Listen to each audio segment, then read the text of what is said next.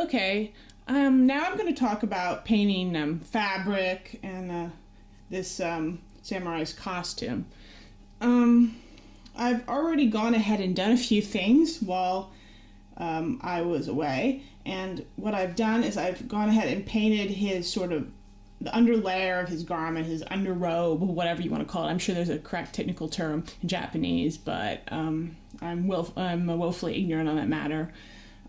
But I'll tell you what I've gone ahead and done already. I have decided that his underrobe is going to be a brown color because it seems like, at least from what I've seen from, illustrations and photos and stuff, men's clothing in this sort of, I don't know what period we're exactly going to call this, sort of 16th, 17th century, this sort of feudal Japanese period, this sort of later feudal Japanese period. Men seem to be wearing quite a few subdued, subtle colors, lots of grays, blues, browns. There wasn't a lot of ostentation going on, so that's why I've chosen brown, and it'll go really well with other colors because I'm planning to paint the overrobe in sort of blues and grays. So what I've done already, as I said, I chose a brown, and the color I'm going to use another foundry triad, and I'm going to use a established triad this time. I'm using British Uniform brown. I'll show you the bottle here real quick. This is the shade color, and I've gone ahead and applied that to the underrobes of this figure, and then I've given it a wash, and I've given, let's see if I can find it, I've given it a wash here of Seraph and Sepia. I think that's still one of the old colors. I can't remember. Actually, I'm not sure. Actually, maybe it is the new color. So it just has a sort of subtle wash applied to it. So, sorry, let me just reach real quick over here and get my water where I want it. So I'm going to go ahead and continue painting the underrobes, adding layers.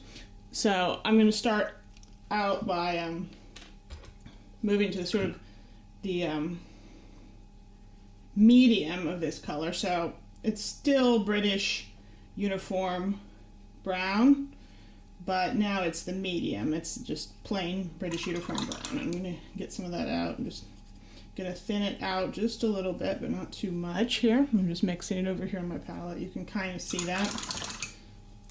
Okay. So I've got it fairly thin here, so it should go on pretty nicely. Okay, let's get that where you can see it. And I am just going to start going over the areas where there would be a lot of light with this. And just kind of gently smoothing it in. It looks like, yeah, I've got the paint pretty thin here. I've added a fair amount of water to it. And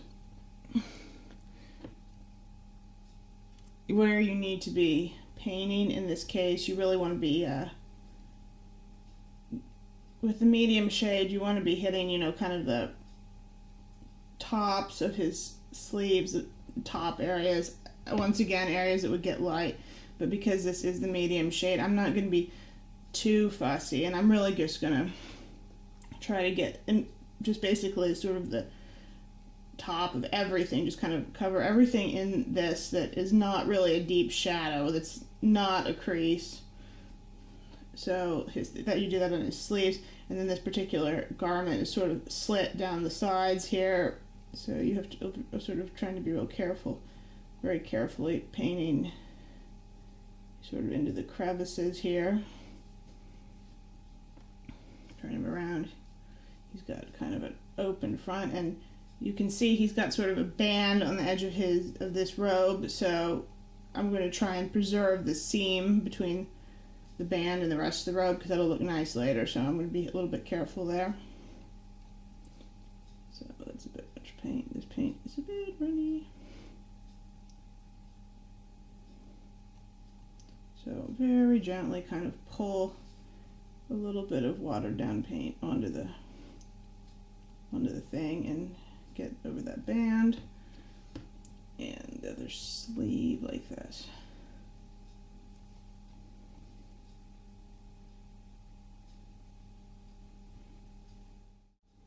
So now I've finished lightly applying that medium British Uniform color all over the figure, sort of avoiding the creases and the deep shadow areas, but otherwise applying it everywhere. And I've actually gone back over the areas a couple times because of the paint being so thin, and I wanted, to build up a little bit of extra pigment.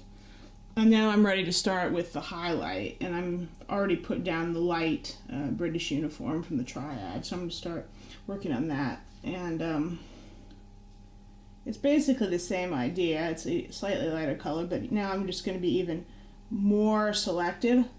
And because I don't like really sharp edges where there's a transition between the colors, I'm going to sort of blend it subtly. And that's the same thing that I've been doing before. I'm applying the paint to the highest areas where I want the most light, and then I'm immediately going back in with a slightly wetted brush and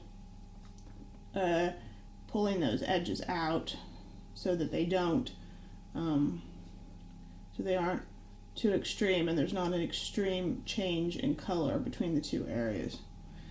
I don't want too much back here because you can see this is kind of the back of the sleeve and there's quite a bit of shadow there, so we don't want too much. But you will notice that these areas, like on the tops of his sleeve here, where you can see there's a big crease, I'm going back over those a couple times to get plenty of light on those.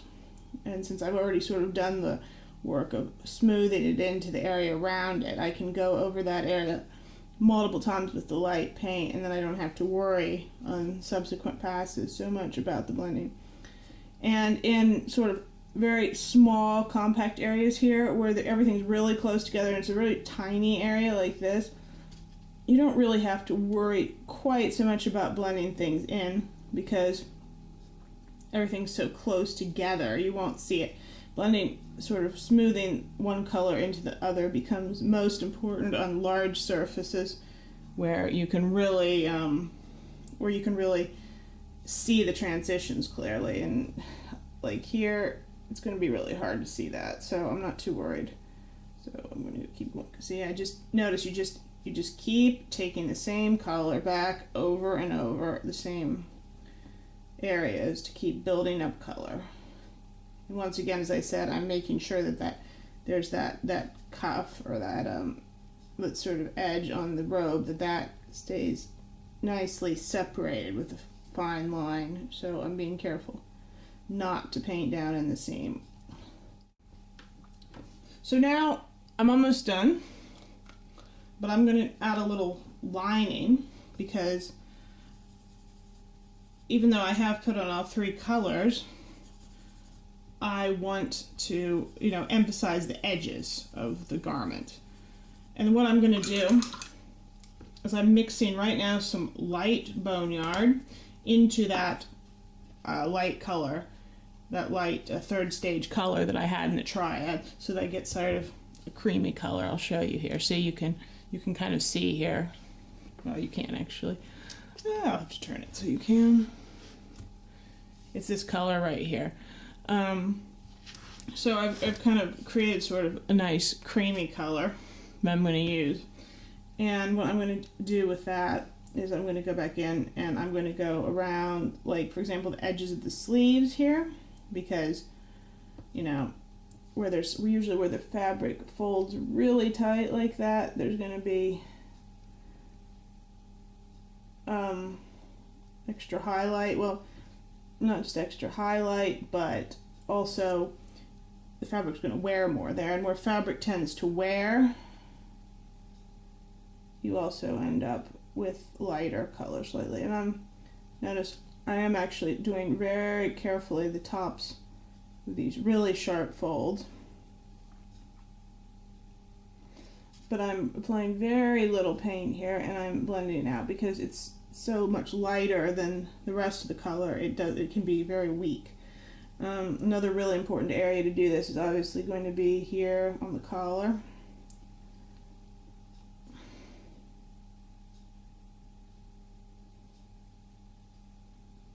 We want that to pop.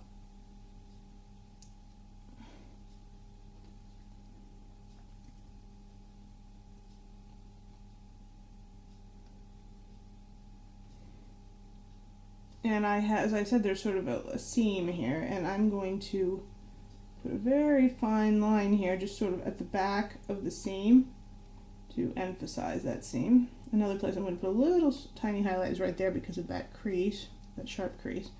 And then on the other sleeve, once again, we're gonna pull that out real carefully. I'm gonna hit the edge of the garment here, like that, around the sleeve edge.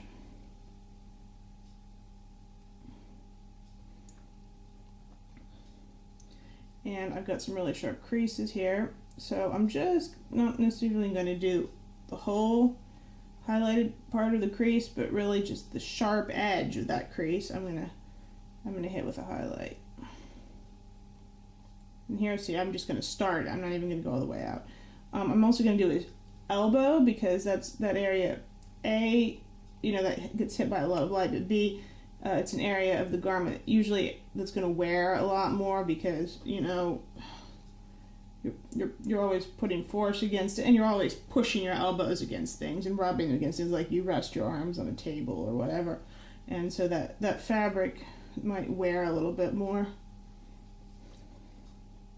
So I'm definitely gonna put a very subtle, a very light layer of that color sort of at the top of the elbow, though I'm not gonna do anything major with it. And then here, once again, just the indication on the tops of those sharp creases where his garment is a little bit split.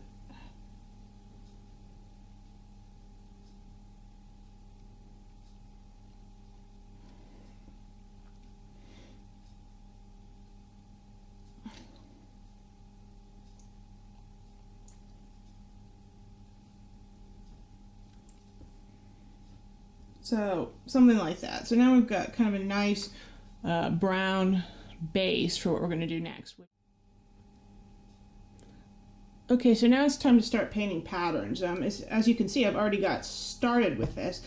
The color I'm using right now, I'm using that light boneyard again. And what I've done is I've actually mixed some of that color we just had for the really high highlight in the fabric into it, just to darken it slightly.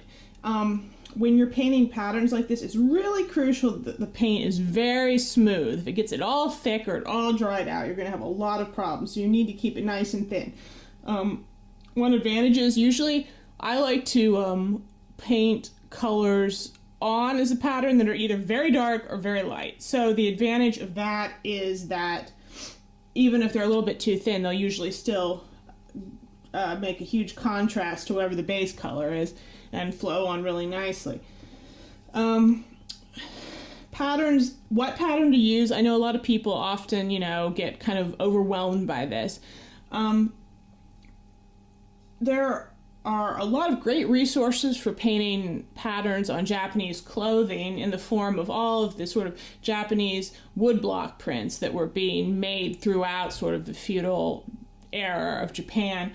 And they're really great references, especially for patterns. You don't even have to find specifically a print of a samurai. Just any man doing anything has often robes on, and they're often in these pictures a lot of really interesting prints and patterns. The only thing you have to be careful about is actually a lot of the characters in the prints are, for example, from, you know, kabuki or from theater, and so they will actually be wearing more lavish or garish robes and clothing than a normal person probably would in their day-to-day life. But you still can get a lot of inspiration for patterns.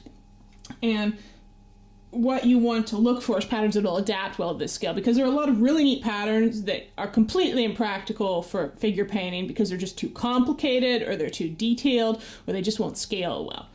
So what kind of patterns do you want to look for? Well, you want to look for ones that are, first of all, simple. They shouldn't have too many elements, or you should be able to reduce elements out of them really quickly or easily.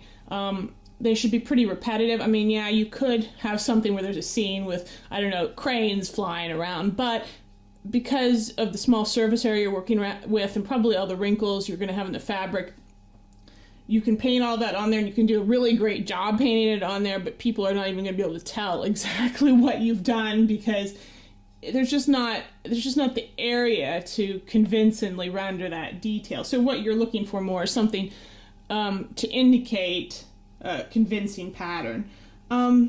So what am I doing here? Well, you see I've painted a whole bunch of horizontal lines already.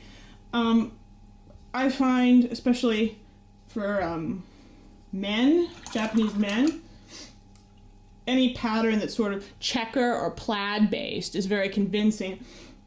There was a fair amount of that being worn. It seems there were lots of sort of, simple sort of plaids and checkers sort of patterns. Well, not plaids like we think of like a Scottish or a tartan plaid, but definitely patterns that have sort of a grid-based element to them. So now I'm going to go ahead and work in the vertical lines very carefully. Fabric with a lot of wrinkles, and it is really annoying to paint patterns on because you have to sort of try to predict where the lines would have gone if there hadn't been a wrinkle there. But, that kind of comes with the territory. Though usually I found that you can kind of flub it a little bit and it's not a huge problem. So see what I'm doing is I've already made the horizontal lines and I've sort of had them follow sort of circularly around his arm, and now I'm sort of attempting to do vertical patterns. When you're making thin lines like this, the best advice is stop and start a lot. Make lots of little short lines and then stop and start again immediately, because you'll have better control. If you try to make one really long line, you're likely to make more bumps and errors and mistakes, and it won't look half as good. So especially if you have brush control problems, make a lot of little lines and connect them together, and you'll get a better result that way. So as you can see, I'm creating kind of a checker pattern here now.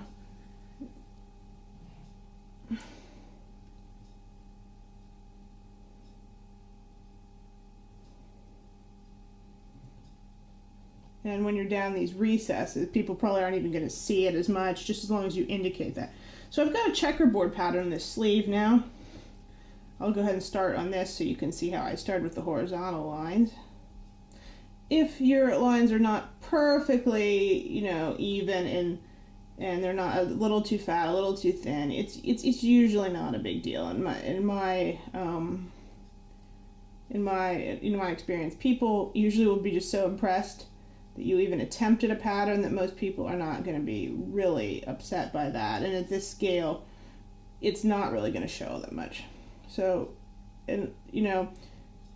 choosing to do an undergarment like this with a pattern is actually a great idea, because you get the pattern, but you're actually not having to work on that much surface area. So you're not going to have as many problems with, because it's not going to be quite so obvious what you did. So if you make mistakes, it won't show as much, and you don't have the problems of having to wrap the pattern around a whole garment and then maybe not connecting right on one side. Okay, so you see I really quickly checkerboard that interior area. And I want this pattern to have one more element, because I don't want it to just be a checker, I want it to have something else. So if you want to add just a little bit of extra thing, you can really never go wrong with circles. And you can see that's what I'm going to do now. I'm just going to very carefully put a small dot in the center of every single checkerboard. Oops, there we go. You can't quite see that, but see, I'm putting a little tiny dot, and if it's too hard to reach, don't worry about it too much. People probably are not going to see that. But the dot is really is nice because it's essentially a reduction. I mean, would they have had this plaid pattern with a circle in the middle? Well, they might have, but at this scale, it's really representative. This dot, if you could get in closer, might actually be sort of like a flower or some other sort of circular pattern that they had. And notice where there's a lot of really tight wrinkles really close together, I'm not always going to put a dot where I might normally, because it would just get too busy and the whole pattern would turn into a mud and you wouldn't see what I was doing anymore. Instead, I'm just going to look for areas that have too much open space where there's no clear line, and I'm going to kind of put the dots in there. But I'm not here again, the same thing, because I've got a lot of detail close together. You don't want to overwhelm it. So I'm really just looking for areas where I don't think, oh crap, that ran a little bit. Luckily, it's easy to correct. So I finished painting the pattern on the entire sort of undergarment of this guy. A couple things I thought I might say. If you're making a plaid pattern like this and the lines are sort of unevenly spaced, that's not always much of a problem, because especially when you've got sleeves or something like this, that's naturally what would happen. The lines would be closer together and farther apart sometimes, or especially closer together, because of how the wrinkles fall in the fabric. Also, if you've got, like on these sleeves, really deep creases, you don't necessarily have to put the lines down in those deep creases, because they're sort of going to go down into those creases and disappear in the really dark shadows.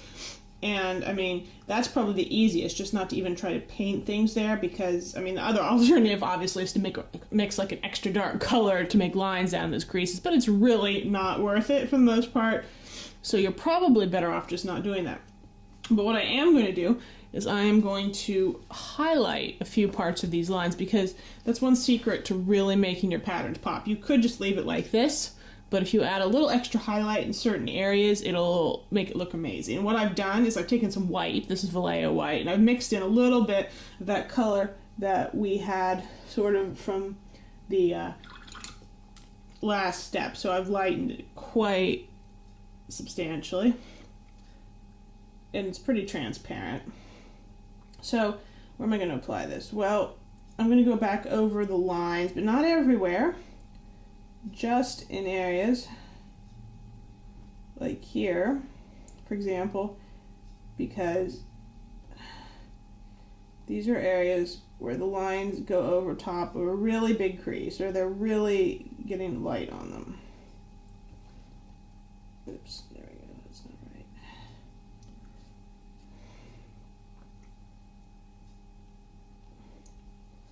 So you see, I'm not going to even do it everywhere. I really, really don't want it everywhere. I just want it where there are creases and there's a lot of light hitting the fabric. So you can see kind of where that goes.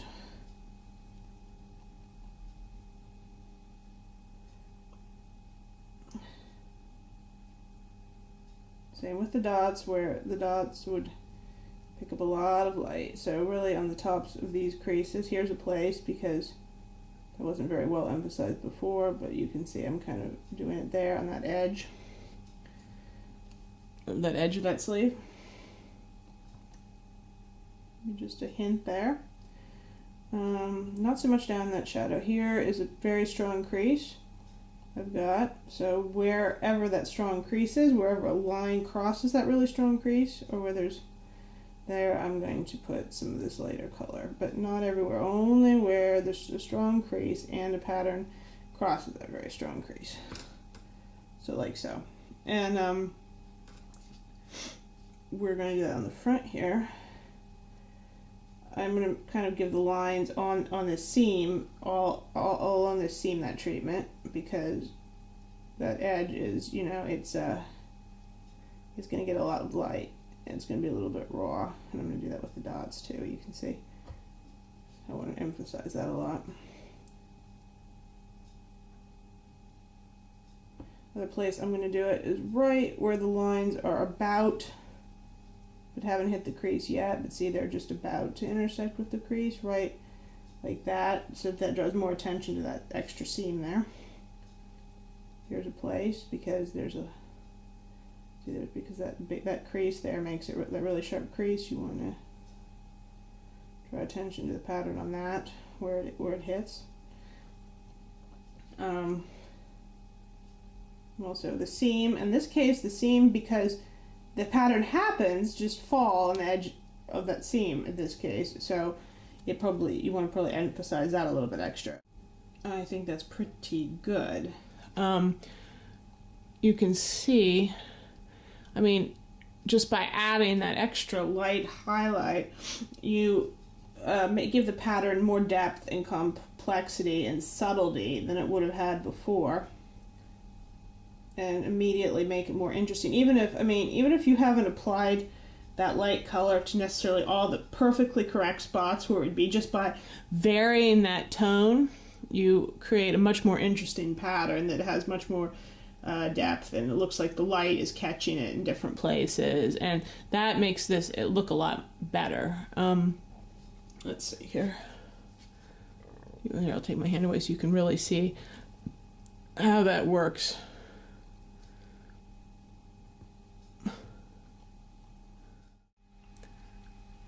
Okay, so now I'm going to work on the sort of outer garment, and believe it or not, I'm actually going to use a color to do this that I have never used before. Oh my gosh, this is the first time I'm using it.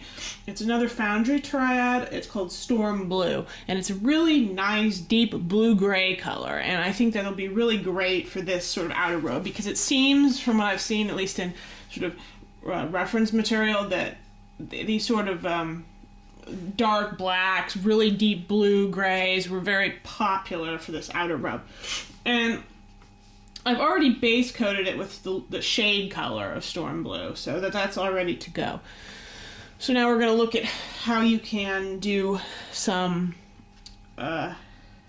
shading, some kind of smooth shading techniques on a really big piece of fabric like this.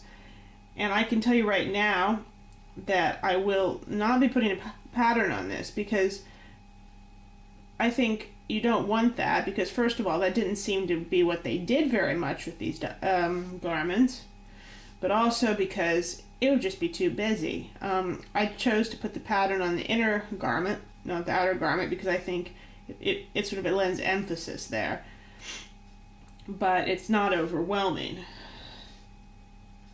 And so I'm applying the medium Storm Blue color now, and I am applying it sort of wherever there's a fold. I'm basically just not avoiding putting it in any sort of creases, in the creases. I don't want it in there, but on the tops of all creases, even fairly subtle creases, I'm putting this. And at this point, I am applying this color right out of the bottle, so it's very thick.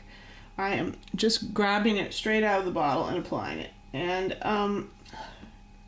you'll see as I work that I apply some paint, really thick paint, and then I just push it around with my brush. That's what I'm doing. I'm pushing it around with my brush and keeping my brush damp as I go. I know half people are probably going to complain that's gross. I do this with my tongue. I do know there are other people who do it that way, so I'm not the only one. But if you hate that technique, it's too slow. If you have to reach across and put your brush in a bottle of water and shake it out, because it'll always be too wet, and that it takes too much time. When you're doing this technique, you have to work quickly and keep your brush on the figure with no interruption. So I recommend that if you don't want to use your tongue, and that's perfectly understandable, that you would maybe keep right in front of you, right next to the figure. I would consider maybe just a very small, not even a bottle, maybe just a little cup, or a very small cup or paint lid or something full of water that you can sort of dip your brush into. Another thing that might work is a wet sponge, I'm thinking, because the trick about this technique is that you want the brush, you don't want a lot of paint on your brush, but you also want the brush to be damp, but you don't want the brush to be too damp, because if it's too damp, then that won't work either. So you have to keep all those things in mind. And now you can kind of see maybe why I use my mouth to do this, just because that sort of fulfills all of those requirements very easily. So you can see I'm applying this medium gray to all non-wrinkled areas, or non-creased areas. And it's medium color, so don't have to be too selective. I've now finished applying the medium color to this figure. you probably still can't see a huge difference between the top and the bottom color. And this color, I've noticed, is really reflects a lot on the camera. It's really not that shiny in real life, but it seems to pick up a lot of light. But it is a really nice color. I'm going to move right on to the highlight color at this point of the storm blue. And then it's probably, you may start seeing a little bit of difference in what I'm doing at this point, because this color is much more light. The difference between the light and the medium is much more severe than between the medium and the dark. So you can see that, I think, already, that color is much different. So I applied actually a very little bit of it to an area, and now I'm just with the wet brush just really pulling that all over areas where I want it, where I want there to be creases.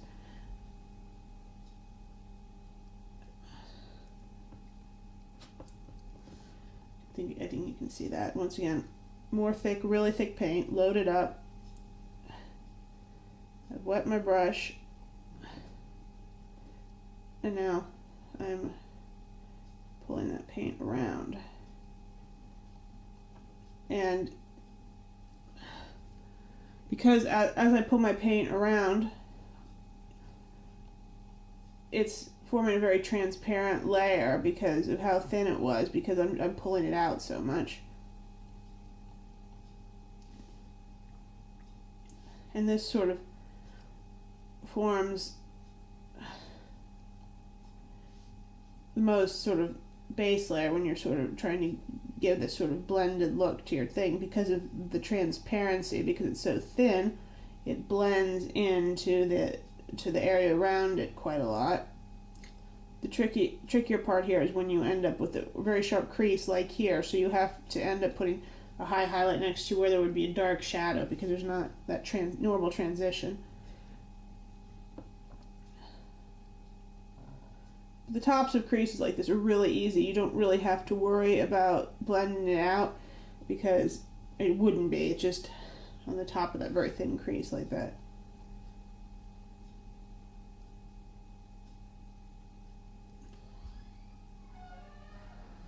And you can see here, here's another problem area. Maybe you can't probably see that this back here where it sort of goes into a very deep fold that which would be very dark. So there, those areas you have to be extra careful, because it's easy to get too subtle a transition in those areas, and then you won't get a look you like.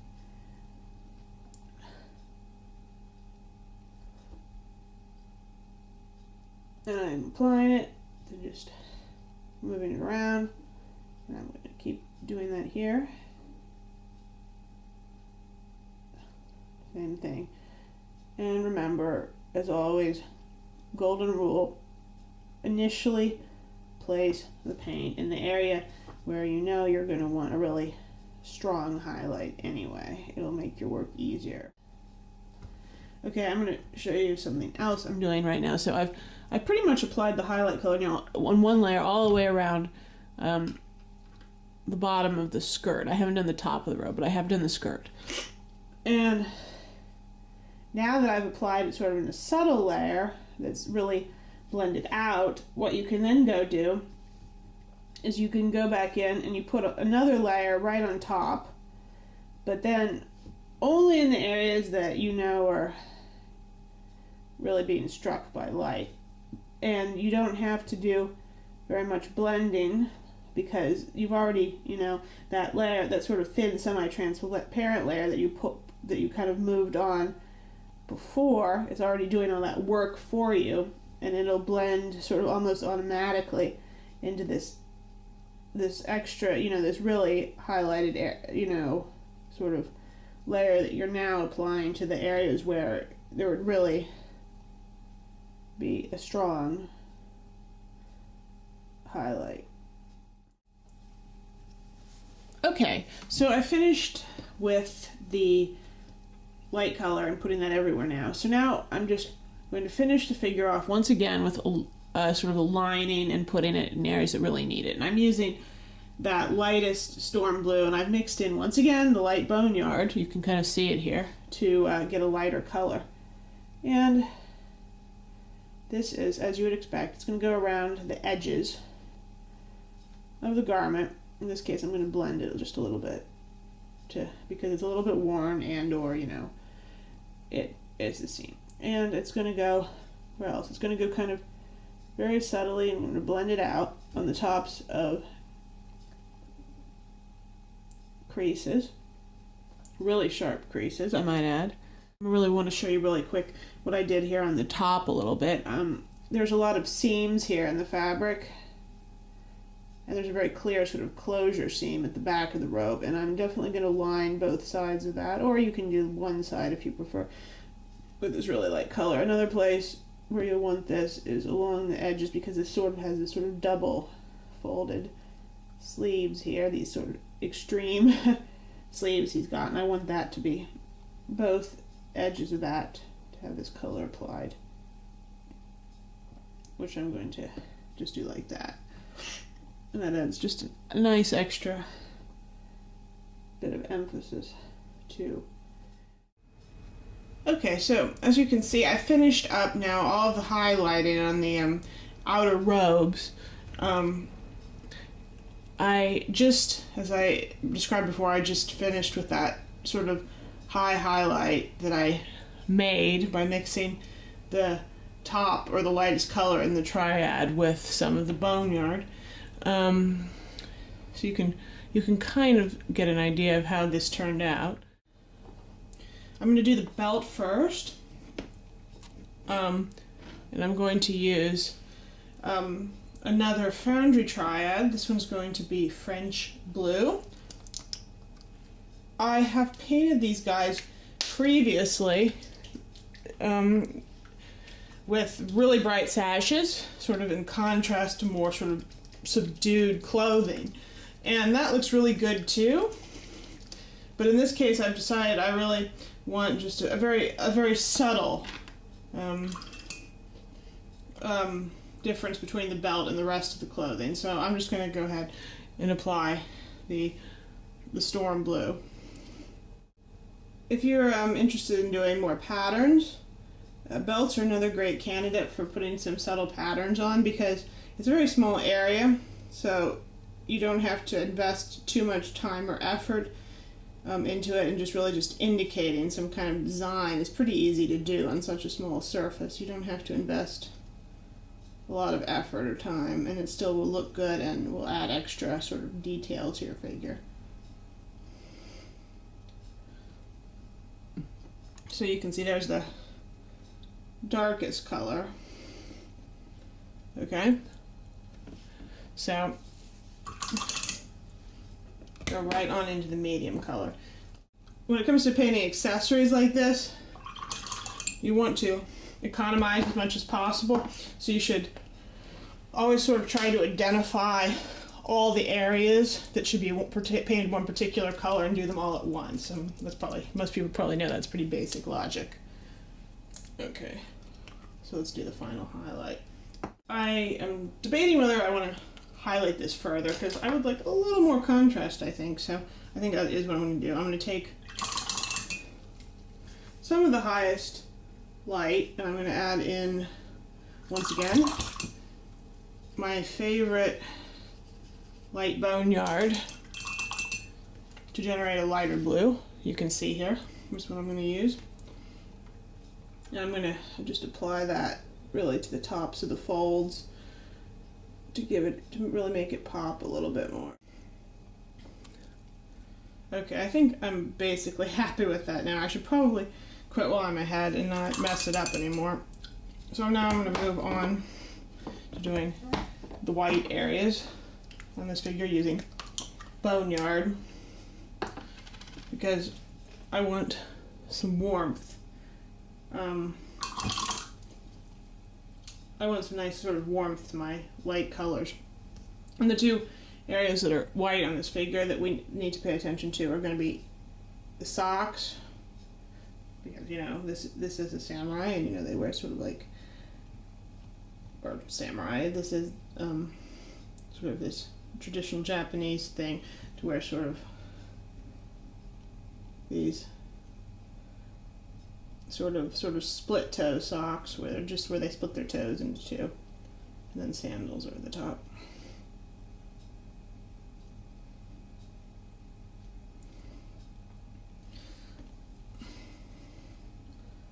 So I'm applying it really totally unwatered down, really thick, just applying boneyard, the darkest boneyard, all over his feet.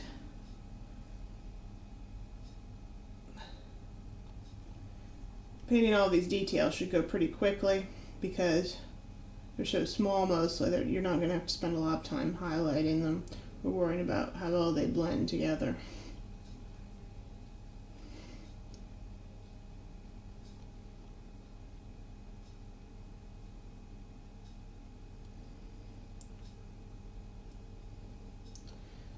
Alright, so there's the base done on his sandals. The other place I want to paint white on this figure is that you can just barely see it, but underneath the patterned robe there's a very slight collar of yet another under kind of garment that's sort of showing through. I'm going to make that sort of white. Alright, so I finished up all the white areas, the socks and the under robe. I did it with the boneyard triad as discussed before, and then I decided to add a final highlight with white. Just to make it pop a little more, and also it added a little bit more contrast with those areas in the underrobe, which was already had sort of these creamy brown color going on. So you can see kind of how that worked out. I think it's pretty good. You can really see the socks are standing out now. So now I'm going to move on to the black areas. I'm using another triad, a foundry charcoal black, and I'm starting out with the latest shade color. So the first thing I'm going to do is work on his sandals. I don't know that sandals wouldn't necessarily have to be black. I like using black because it's a good contrast color, but I'm sure you can make them some shade of brown. Dark brown would be good too. And I even had a samurai where he had very red armor on, kind of red lacquer armor, and I made the sandals red as well. Painting these shoes is a little bit tricky. You have to be a little bit careful. Often, I think at least that the sculpting on where the straps of these sandals are is not equally good, so you kind of have to guess a little bit. I always paint a line kind of between where his socks are divided, and then sort of up like that. You can kind of see.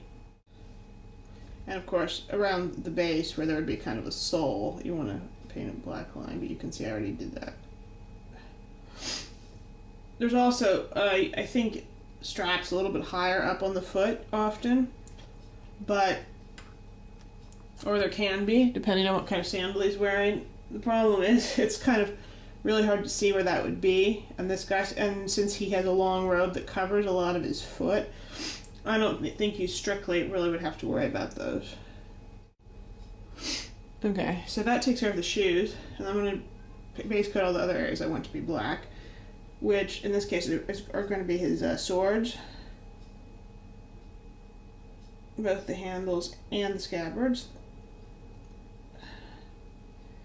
Normally with the scabbards, I might make them ever so slightly different shade of gray or black. You'd want the scabbards to be slightly different from the handles in terms of their color. But in this case, you can see so very little. I'm not going to of it because his hands are really covering it, so I'm not going to worry too much about it. And this is, sorry, you can't really see here, but you have to be very careful here, obviously, because I'm painting around the hands and I don't want to make a mess. So I'm just pinning the area where there would be handles. All right, so I've added some highlights to the black. On the shoes, I really kept it minimal because I want those to be really dark. Plus, there's so little of them to see in those straps that spending a lot of time highlighting them is not really worth it. I just took some of the medium charcoal gray and sort of very carefully touched sort of the tops of the straps a little bit. You can't easily see that from here, but it adds just a subtle highlight. I haven't done the hair yet. I'm going to do that in a minute so you can see what I do with it. The swords, I went ahead and I used all three highlights, or all three colors on that, so that, you know, they look a little bit lighter. I applied the medium color to the sides and top of the scabbard. I left the bottom just kind of the base color. Same thing with the hilt. And the top, I put the really high highlight color on a little bit on the top of the sides. And I did blend it a little tiny bit just to make it a little softer, especially as it goes back towards where his body is and it gets darker down where he's holding it close to him. I did that with both of the blades, both of them, both the scabbards. The other thing I did, which I didn't talk about, is I've painted the sort of the guard here. I painted it using Vallejo bronze, and then I took Vallejo old gold and sort of just very quickly highlighted the top of it. You can't see it very much, but it adds a little bit of nice contrast there to have sort of that goldy bronze piece showing. And now I'm going to go work on the hair, or highlighting the hair. So how are we going to do this? The thing with hair, black hair, is it does need a little bit of highlight in my opinion, but if you're not very careful, it can look, and you go too far with it, or you use a highlight color that's too extreme on it, it ends up looking not like you've got someone with black hair, but like you've got someone who's old and has gray hair, which is not really supposed to be the case here. So I'm using this sort of medium charcoal gray right now, and I'm applying it to the areas where I think there would be light quite a bit hitting the hair. So that's sort of like the top of his top knot, and sort of also sort of at the sides of his hair. Here I'm kind of painting in sort of streaks, not all the way to the edge, but sort of like, you know, just like he's got some, you know, it picks out a little bit his individual hairs. Best way to work with highlighting hair like this is definitely to try, you know, to show some individual streaking going on, and you need to think about how light hits hair. Usually when light hits hair, the areas, well, it depends, but you'll get like a highlight area, but especially like on the top knot here where it folds over, particularly the hair will be extra shiny on those areas where it folds under.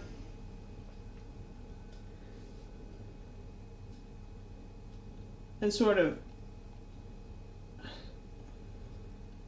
towards the middle.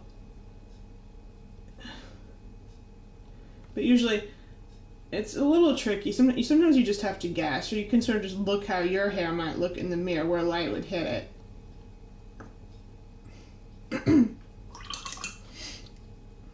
But definitely, you can usually be sure you're going to get highlights on parts of the hair where the hair is in small clumps, or it's, you know, sort of pulled tightly like in braids or buns or something. Then there's going to be like probably that those areas are going to be extra shiny. Usually, well, assuming you've got pretty healthy hair, and so they're gonna pick up more light than the rest is. Probably. And I say probably because there's no real hard, fast rules with this, unfortunately. It's very much sort of about the specific situation and the specific hairstyle. And you just, after a while, it's just sort of got to go by feel a little bit. I mean, what feels right, what you think looks right in terms of highlights. And I'm just applying a little bit of the highest charcoal gray highlight, and especially like on the tops of the bun. I'm just, see what I'm doing here? I'm just taking the dark shade again and sort of very, very watered down, kind of brushing it all over the figure again, just to kind of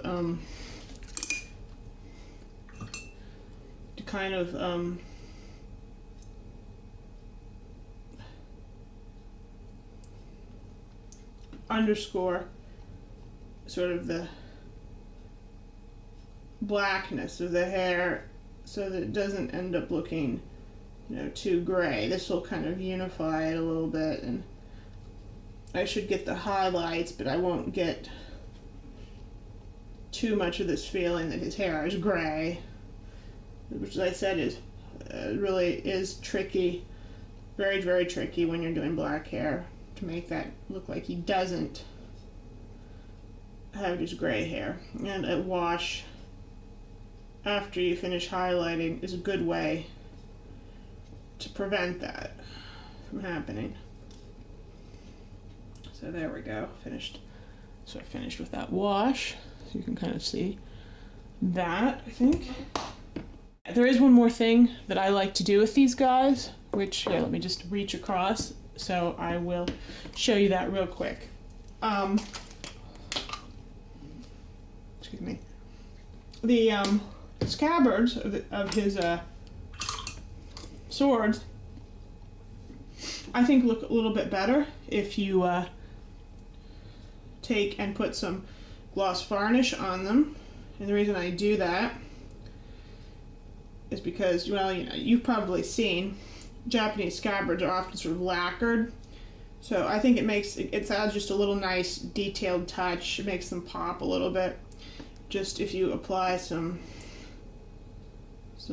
gloss lacquer to the scabbards.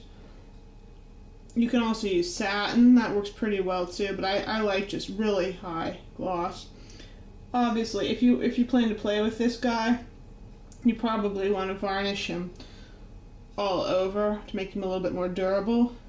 So, in which case, depending on how you do it, you might want to do this as the very last step, go back in after you are completely finished varnishing the figure with matte varnish, and then pick out the scabbards again with gloss varnish.